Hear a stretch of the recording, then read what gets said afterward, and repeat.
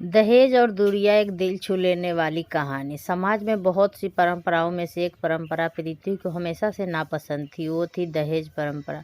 प्रीति बहुत ही संस्कारी और छोटे बड़े सबका आदर करने वाली लड़की थी, लेकिन दहेज परंपरा के कारण वह कितना भी प्रयास कर ले ससुराल वालों का आदर नहीं कर पाती थी।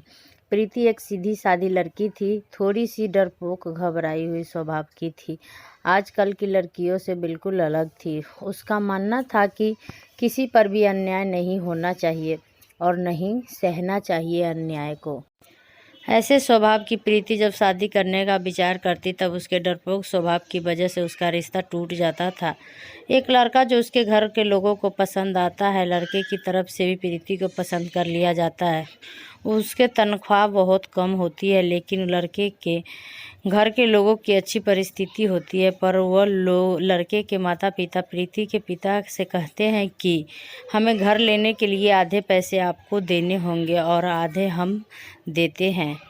शादी के दोनों तरफ का खर्चा भी आपको करना होगा, ऐसी शर्त रखकर शादी पक्की करते हैं। प्रीति के सुख के लिए उसके पिता कर्ज लेने के लिए भी बहुत प्रयास करते हैं, लेकिन प्रीति की होने वाली सास का प्रीति को बार बार फ़ोन आता है कि सिर्फ शादी तय कर लिया, बाकी की बातें जो पक्की की थी उसका क्या।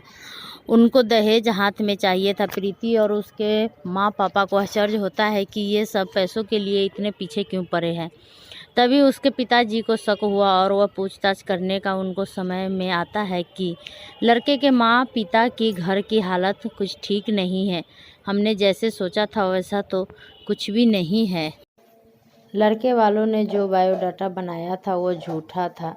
लड़के को तो तनख्वाह भी नहीं है। लड़के के पिता जैसे तैसे काम करके घर का खर्चा चलाते थे।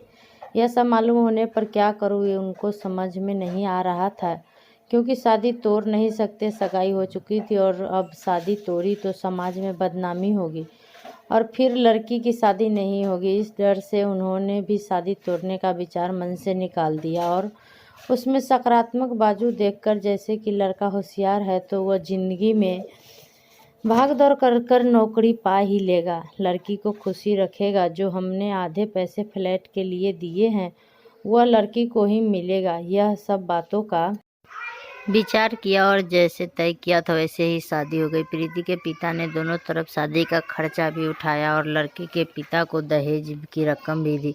शादी होने के बाद लड़का होशियार होने के कारण उसे अच्छी नौकरी मिल गई। जब फ्लैट लेने की बात आई तो प्रीति के ससुराल वालों ने उन्हें पूरी रकम देने के बजाय 20 लाख के बजाय 5 लाख ही दिए। खुद के पास से तो दूर, उसके पिता ने दिए हुए पूरे पैसे भी नहीं दिए और घर आने तक प्रीति के पिताजी ने दिए हुए पैसों का ब्याज भी खुद के पास रखा। यह सब बातें तो प्रीति को खटक रही थी। उसने यह सब बातों का प्रश्न पूछने का बहुत प्रयास किया, लेकिन उसे उत्तर नहीं मिला। प्रीति डरपोक जरूर थी, लेकिन अन्याय सहने वाली नहीं थी। उसने हर समय सवाल और जवाब का हिसाब मिलने की अपेक्षा न होने के कारण उसे ससुराल वालों के लिए जरा सा भी आदर उसके मन में नहीं था। जैसे जैसे समय बीता वैसे वैसे उसके अपने ससुराल वालों से संबंध तोड़ दिया।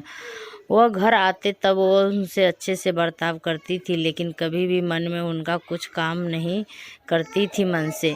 और वह जब गांव में रहते थे तब कुछ भी होता था तो वह पूछना तक जरूरी नहीं समझती थी, पर उसके ससुराल वालों को इसका कोई फर्क नहीं पड़ता था। जैसे जैसे समय बीतता गया वैसे उनमें से बातचीत और अपनापन रहा ही नहीं। रिश्तों में दूरियां आने लगी। सच में दहेज के कारण रिश्ते टूटते हैं तो दहेज लेना कहाँ तक सही है। हालात तुम्हारे खराब है इसलिए लड़की वालों से पैसे लेना कहाँ तक अच्छी बात है। लड़की के माँ बाप भी उसे सिखाते हैं, बड़ा करते हैं और लड़की दूसरों के घर जाकर उनके घर के लिए ज़िंदगी भर मेहनत करती है। उसके माँ बाप की उससे कोई भी अपेक्षा नहीं होती है। ऐसे सभी विचार प्रीति के मन में हमेशा घर कर जाते थे। Thank you. Please like subscribe ज़रूर कीजिए।